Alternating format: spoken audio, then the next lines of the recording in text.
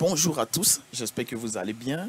Nous allons ce matin traiter cet exercice de physique et pour y arriver, nous allons faire d'abord une bonne lecture pour découvrir ce dont il est question.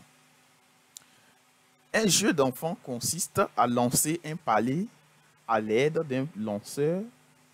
Le palais doit atterrir dans un réceptacle placé sur le sol horizontal en un point I tel que O'I est égal à 1,10 m.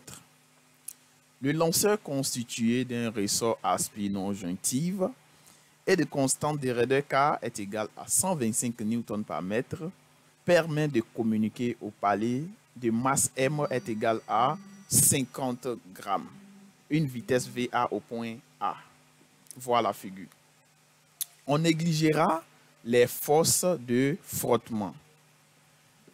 L'origine de l'énergie potentielle de pesanteur est prise sur l'axe AI. Première question.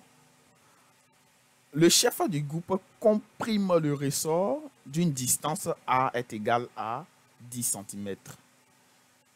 Sa position initiale A. Ressort au repos et place le palais juste à l'extrémité libre A' du ressort puis le relâche. Nommez la forme d'énergie que possède l'ensemble palais et ressort au point A' juste avant le relâchement. Et pour comprendre les exercices sur cette affaire de ressort, je vais faire un petit résumé. D'abord, vous serez en face de deux situations lorsqu'il s'agit des exercices sur le ressort. Soit nous aurons une élongation,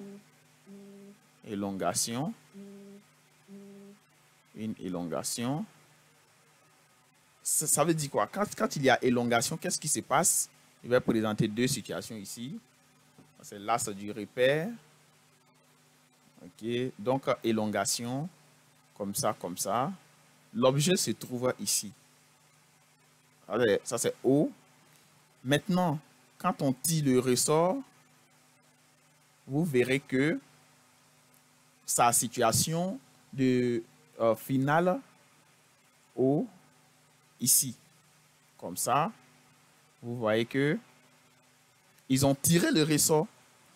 Donc, la tension du ressort va s'opposer au sens du mouvement. C'est-à-dire quoi? La tension du ressort va se diriger comme ça. T. La tension du ressort, le poids qui est toujours comme ça. P. Et puis la réaction du support R. Là. Ça, c'est ce qui concerne l'élongation. C'est-à-dire on tire le ressort pour aller un peu devant. Maintenant, s'il s'agit d'une compression, c'est-à-dire on compresse ici, comme ça, je fais toujours les deux axes, compression. Donc l'objet se trouve ici. Et quand on compresse, en fin de compte, l'objet vient ici. Et qu'est-ce qui va se passer si on doit représenter les différentes forces? Poids qui est toujours perpendiculaire ici. La réaction du support également là, R. Mais attention, la tension du ressort aura tendance à pousser l'objet vers ici. Et c'est ainsi que T va se diriger comme ça. Voilà, voici en quelque sorte un petit résumé sur cette histoire de compression et puis élongation. Maintenant, on va répondre à la question qu'on nous pose. Quelle forme d'énergie que possède l'ensemble palais et ressort au point A' juste avant le relâchement? Donnez l'expression de cette énergie. D'abord, quand on est dans un système où il y a le ressort, nous sommes en train de compresser ou bien d'allonger, l'énergie qui existe, on appelle, donc on va écrire, c'est 1,1 énergie potentielle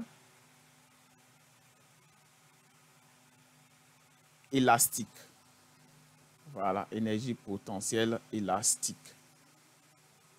Et cette énergie, en fait, EPE EPE est égal à 1 demi de KX carré. Mais attention, dans notre exercice ici, X là, c'est la distance. C'est-à-dire s'ils ils ont compressé la distance entre situation initiale et puis situation d'arrivée là, c'est ça qu'on appelle X. Et dans notre exercice ici, ils ont nommé ça A. Ils ont dit ici que, voilà, à une distance A qui est égale à 10 cm. Donc, on va remplacer notre X là par A tout simplement. Ce n'est pas accélération, attention, c'est juste une distance qu'ils ont nommée comme ça. Avec A carré. Si dans l'exercice, ils ont donné une distance B, c'est B carré. S'ils ont donné une distance C, c'est C carré. Voilà. Ainsi, on a fini avec la première question. La deuxième question, qu'est-ce qu'on nous demande? On nous demande de nommer la forme d'énergie que possède le palier au point A lorsque le ressort reprend sa position initiale, donner son expression, donner l'expression de cette énergie. D'abord, lorsque le chef du groupe va laisser le ressort qui était compressé, le ressort va lancer l'objet et le ressort arrivera au point A avec une vitesse. Et lorsqu'il y a une vitesse, automatiquement, la forme d'énergie dont il est question ici, on appelle ça énergie cinétique. Voilà. Du fait que l'objet dispose d'une vitesse, l'énergie dont celui-ci dispose s'appelle énergie cinétique. Et EC est égal à 1 demi de mva carré. Voilà. Donc, au départ, on avait énergie potentielle élastique. Après, on a énergie cinétique. Et la question suivante, qu'est-ce qu'on nous dit? Détermine alors la vitesse du palier en A. D'abord, il y a un français ou bien il y a une phrase qui doit beaucoup nous intéresser. Et je vais souligner cette phrase-là. On dit on négligera les forces de frottement. Quand on dit on néglige les forces de frottement, ça veut dire que l'énergie se conserve. C'est-à-dire même énergie que l'objet dispose quelque part, c'est la même chose qu'on va retrouver quelque part d'autre. Et ce qui signifie pour nous d'écrire cette relation mathématique en fait. 3 à l'absence ou bien à l'absence des forces de frottement,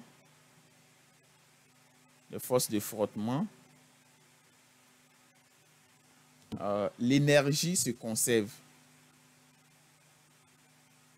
L'énergie se conserve. Et ce qui va nous permettre d'écrire ceci. EPE est égal à EC. Donc, on aura un demi de K A carré qui est égal à 1 demi de mva carré. Et qu'est-ce qu'on va faire? Regardez, en mathématiques, on voit un demi ici. On voit un demi ici. Donc, eux, ils s'en vont déjà sans se fatiguer. Maintenant, on aura K A carré qui est égal à mva carré. Et qu'est-ce qui va se passer? Le m va venir diviser va carré est égal à ka carré divisé par m. Voilà, le coefficient qui est ici, là, lui, multiplicateur ici, là, lui va venir diviser ceux qui sont là. Et nous, on n'a pas besoin de VA, on n'a pas besoin de VA carré, donc on va tirer VA.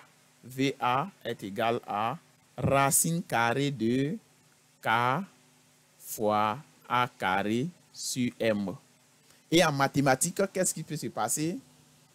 Ça là, c'est comme si on faisait VA est égal à racine carrée de K sur M multiplié par racine carrée de A au carré. Pourquoi? Parce qu'on a dit que quand tu as racine carrée de A fois B, ça fait racine carrée de A fois racine carrée de B. C'est ce qui est ici. Donc notre A va sortir simplement A racine carrée de K sur M. Donc on a VA qui est égal à ça. Et en application numérique, je vais vous montrer comment est-ce que ça va se faire. VA est égal ici à 10 puissance moins 2. Attention, comme ils ont donné A, la distance A en centimètres, il faut automatiquement la convertir en mètres. Et ça fait 10 fois 10 puissance moins 2. Maintenant, racine carrée de 125 sur 50. Attention aussi, la masse est en grammes. Il faut la convertir en kilogrammes. Donc, ça va faire 50 10 puissance moins 3. Et ça va faire 5 mètres par seconde. Alors, s'il y a des questions concernant la première partie, veuillez déjà écrire en commentaire pour qu'on puisse revenir là-dessus une prochaine fois. Maintenant, on a fini avec la première partie. Bien avant de continuer la seconde partie, je tiens à vous dire que nous continuons les séances de prépa bac en ligne pour les candidats. Que vous soyez un candidat libre ou bien un candidat officiel, venez participer à ces séances. Et durant ces séances, on prend le temps de prendre en compte toutes vos préoccupations, de vous montrer les chemins nécessaires qu'il faut pour réussir souvent les exercices de physique, de philosophie, de français, tout ça. Donc, écrivez-moi tout simplement sur WhatsApp au plus 225 07 57 56 26 91. C'est mon numéro WhatsApp et c'est certifié. Lorsque vous m'écrivez, voilà, je vais vous répondre en quelques bouts de temps et vous allez vous inscrire pour y participer. Ce n'est pas cher, donc vous pouvez tous y participer. On va ainsi continuer avec les questions suivantes. Étude du mouvement du centre d'inertie du palais sur BO. Cette fois-ci, on est sur BO. Voilà, c'est un plan incliné. Et quand on est sur un plan incliné, il faut tenir compte de certaines choses. Sur le plan incliné, qu'est-ce qui va se passer? On nous demande tout simplement de faire d'abord le bilan des forces appliquées au palais et les représenter sur un schéma. D'abord, dans l'exercice, ils ont dit que les forces de frottement sont négligeables. Donc, 2.1. Inventaire des forces. Chers camarades, chers candidats, quand on vous demande de faire l'inventaire des forces, ça ne veut pas dire que vous devez commencer par citer les forces en même temps. Non. Il faut parler du système d'abord. Système. Le système ici, c'est quoi? C'est un palais.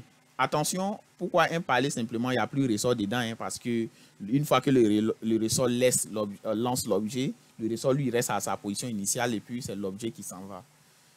Maintenant, référentiel, c'est terrestre, supposé, galiléen. Voilà, galiléen. OK. Maintenant, on va faire maintenant bilan des forces qu'on demande. Bilan des forces. Au niveau du bilan des forces, on a le poids du palais, qu'on va nommer P, vecteur P. Et puis, on a réaction du support BO, qu'on va nommer ça R. Voilà, R. Et on va faire maintenant cette belle représentation en tenant compte du plan incliné. Comme ça. Attention. Attendez, je vais bien représenter parce que... Voilà. Comme ça. B, O. Donc, on va dessiner l'objet ici. Maintenant, pour les représentations des différentes forces, le poids descend toujours. Maintenant, la réaction du support est toujours perpendiculaire à l'axe. Ici, ça c'est R. Voilà. Et l'angle alpha est ici, bien sûr. On a fini avec la question. La question suivante, qu'est-ce qu'on nous dit? En déduisant, disons, on note A, vecteur accélération qui est égal à AU, le vecteur accélération du centre d'inertie du palais, établit l'expression de l'accélération. Alors, pour établir l'expression de l'accélération, selon vous, à quel théorème on devait faire appel automatiquement sans se fatiguer? Juste 2 secondes. 2 secondes. Voilà, tous ceux qui ont pensé directement au théorème du centre d'inertie, c'est bien. Donc, 2, déterminons l'expression de l'accélération.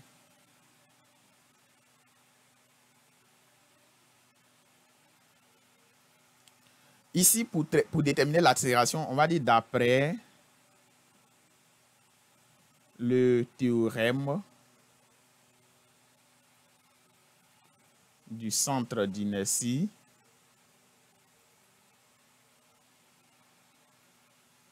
Ce théorème dit quoi? Que la somme des forces extérieures est égale à m fois vecteur accélération. Et dans le cas de notre exercice ici, nous avons deux forces. On a R plus P qui est égal à MA. Maintenant, on va projectons les forces sur l'axe BU. Voilà, BU. OK. On va regarder ici. On repart sur notre chemin. Quand on projette, voilà, le vecteur U, il est ici. Hein, voilà, dans le sujet, c'est donné. Quand on projette BU sur l'axe R, quand on projette R là, R, étant donné que R est perpendiculaire ici, ça forme un angle droit. Donc, quand on projette un vecteur perpendiculaire sur un axe, ça donne 0. Donc, ça va donner 0. 0 ici. On aura 0 plus... Bon, on va laisser et puis on va partir projeter le poids P sur l'axe BU que nous voyons ici. Donc, ça sera comme ça. L'angle alpha revient là. L'angle alpha revient ici. Et c'est ce côté-là que nous cherchons. D'abord, il faut savoir que l'objet monte. Quand l'objet monte, ça devient automatiquement un travail résistant. Et quand c'est un travail résistant, il y a un signe négatif qui vient automatiquement. Donc, ce côté qui est là, c'est le côté opposé par rapport à l'angle qui est ici. Côté opposé par rapport à l'angle alpha qui est ici. Donc, étant donné que c'est le côté opposé par rapport à l'angle, ça devient P sinus alpha. Et comme on est dans un travail résistant, c'est-à-dire l'objet monte, et c'est au sens opposé au poids, donc ça devient moins P sinus alpha. Donc ça devient moins P sinus alpha. Moins P sinus alpha qui est égal à M fois accélération. Or, on sait que P là, ça fait M fois G. Donc on aura M fois G sinus alpha qui est égal à MA. Il y a la masse ici, puis la masse ici. On va les simplifier. Donc accélération est égale à, attention, accélération est égale à moins G sinus alpha. Et voici l'expression de notre accélération. Qu'est-ce qu'on remarque? Et puis on nous dit, en déduisant la nature du mouvement, la nature de la trajectoire. Pour trouver la nature de la trajectoire, on revient directement voir notre vecteur accélération. Il y a deux manières de le faire. La première, c'est de dire par exemple que l'accélération est constante parce que G est constante, sinus alpha est constante. Donc, nous avons un mouvement rectiligne uniformément varié. Ou bien celui qui veut aller plus loin, quand on va faire vecteur V scalaire, vecteur accélération, ça sera négatif. Donc, c'est un mouvement rectiligne uniformément retardé. Voilà, donc A est une constante. Donc, nous avons un mouvement rectiligne uniformément varié. Ou bien vecteur V scalaire, vecteur accélération est négatif. Donc, nous avons un mouvement rectiligne uniformément retardé. Et on a fini avec cette question. Alors, j'espère que vous appréciez la séance. N'oubliez pas de liker la vidéo, de la partager avant qu'on entre dans la dernière partie de notre exercice qui est la question numéro 3. Il s'agit de l'étude du mouvement du centre d'inertie G du palais dans le champ de pesanteur uniforme G. Donc, on nous dit que le palais arrive au point O avec une vitesse V0 est égale à 2,2 mètres par seconde. Voilà la figure. On va regarder la figure, s'il vous plaît. Voilà. Donc, voici la figure ici. C'est la figure là. Ici. On va essayer de représenter rapidement cette figure. Mais bien avant d'abord, on nous dit déterminer les équations horaires XT et YT du mouvement du centre d'inertie G du palais dans un repère OIJ. 3,1.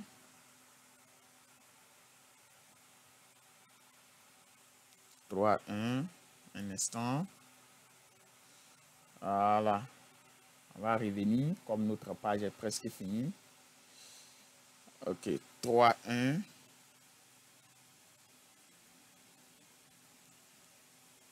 3,1. Équation horaire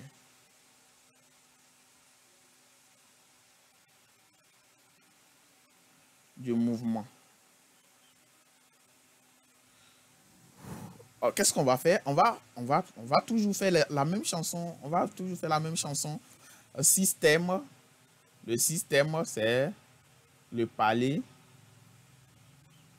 Référentiel terrestre supposé galiléen. Mais attention, à l'examen, n'abrégez jamais. Si vous abrégez là, c'est 0. Voilà, il faut bien écrire. Parce que nous sommes en train de démontrer quelque chose. Nous tenons compte du temps. Bilan des forces. Bilan des forces. Au niveau ici des forces, une fois que l'objet arrive dans le vide, la seule force qui existe ici, c'est le poids. On va dire le poids du palais. Et P. Alors, on va représenter automatiquement cette chose, ces forces-là, pour qu'on puisse, bien avant la représentation d'abord, on va appliquer le théorème du centre d'inertie. Donc, d'après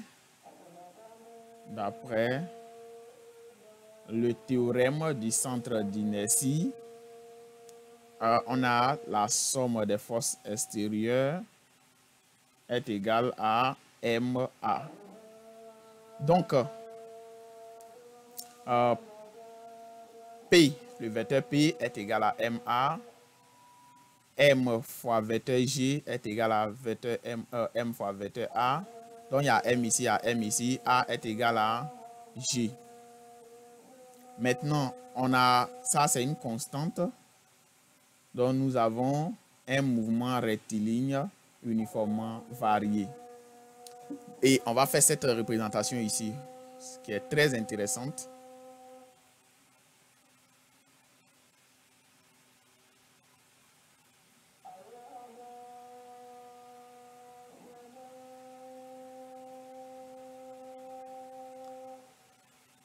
Ici, O', I, ici. Non, attention. Ici, là. Vecteur V0. Maintenant, là, c'est Y. Là, c'est I. Ici, c'est J. Et une fois que on a cette représentation, attention, tout à l'heure, nous avons montré que vecteur A est égal à vecteur G. Or, on sait que G descend toujours. G là. Voilà, ça c'est comme ça. Maintenant, ici, je vais vous interpeller. Une fois que vous arrivez dans un exercice d'échanger, demandez-vous toujours où est l'origine du repère. Et dans le cas de notre exercice ici, l'objet arrive en haut. Et l'origine du repère ici, c'est O. Attention à ne pas confondre avec O'. Pourquoi ne pas confondre avec O'? Parce que si vous confondez avec O', vous allez tenir compte d'une hauteur ici.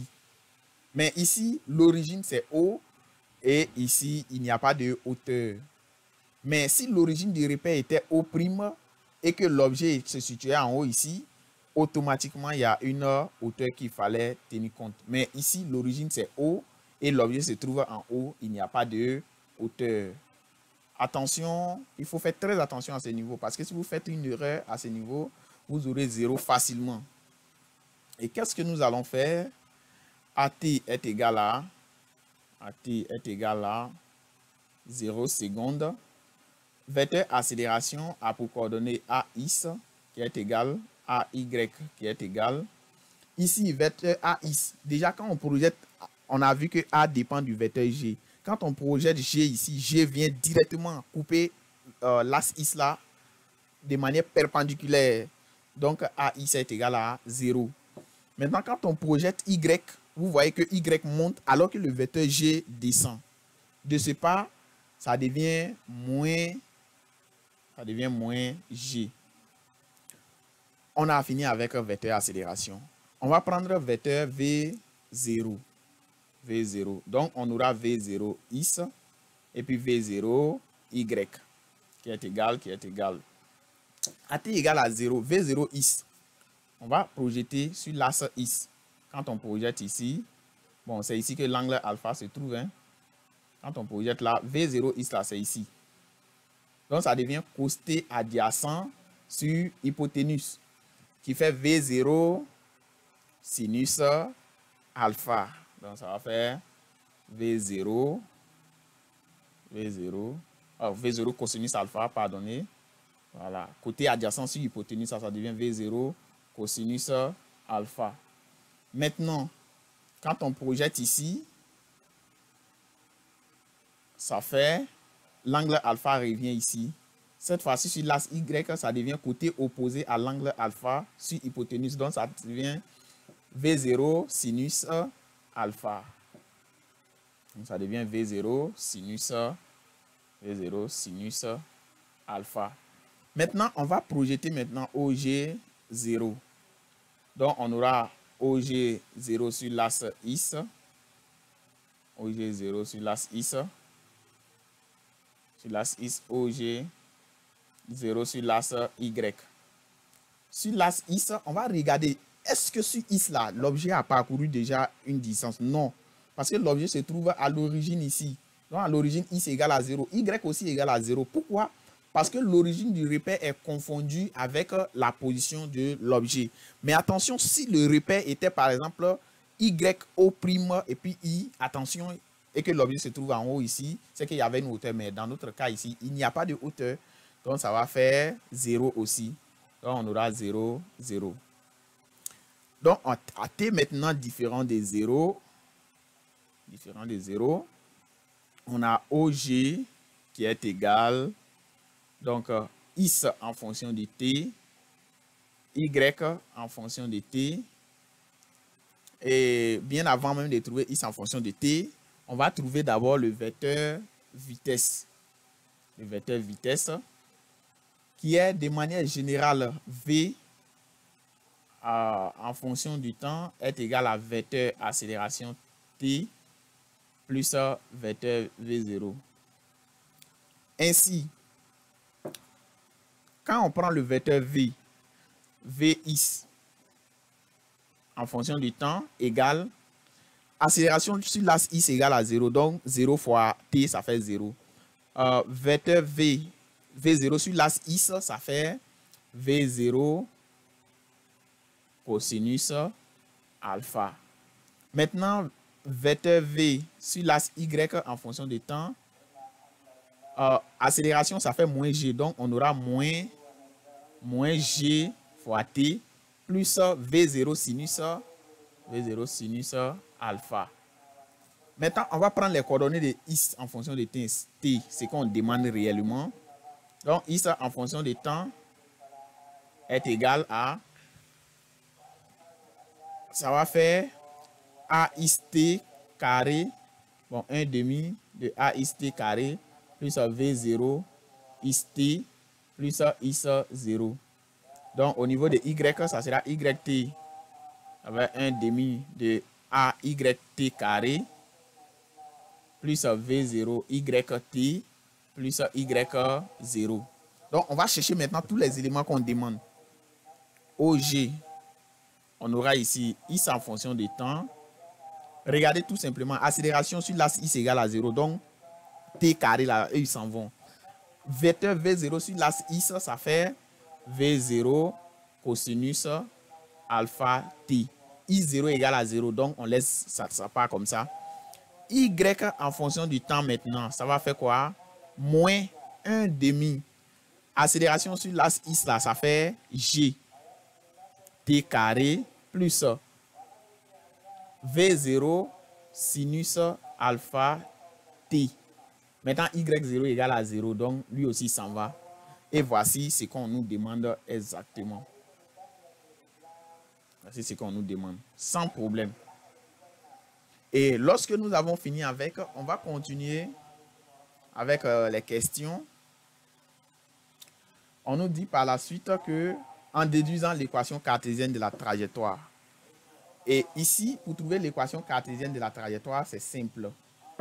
On va revenir ici. Je vais projeter rapidement pour y aller. On va tirer dans l'équation de la l'équation horaire là. On va dire Is en fonction du temps est égal à, ou bien Is est égal à V0 cosinus alpha fois T. Donc, on va tirer T ici, qui va faire ici Is sur V0 cosinus alpha, donc Y, et puis on va remplacer T là dans l'équation Y. Et quand on remplace, on va trouver moins 1 demi G Is carré V0 cosinus V0 carré cosinus carré alpha plus Is tangente alpha, ça veut dire qu'on est ici.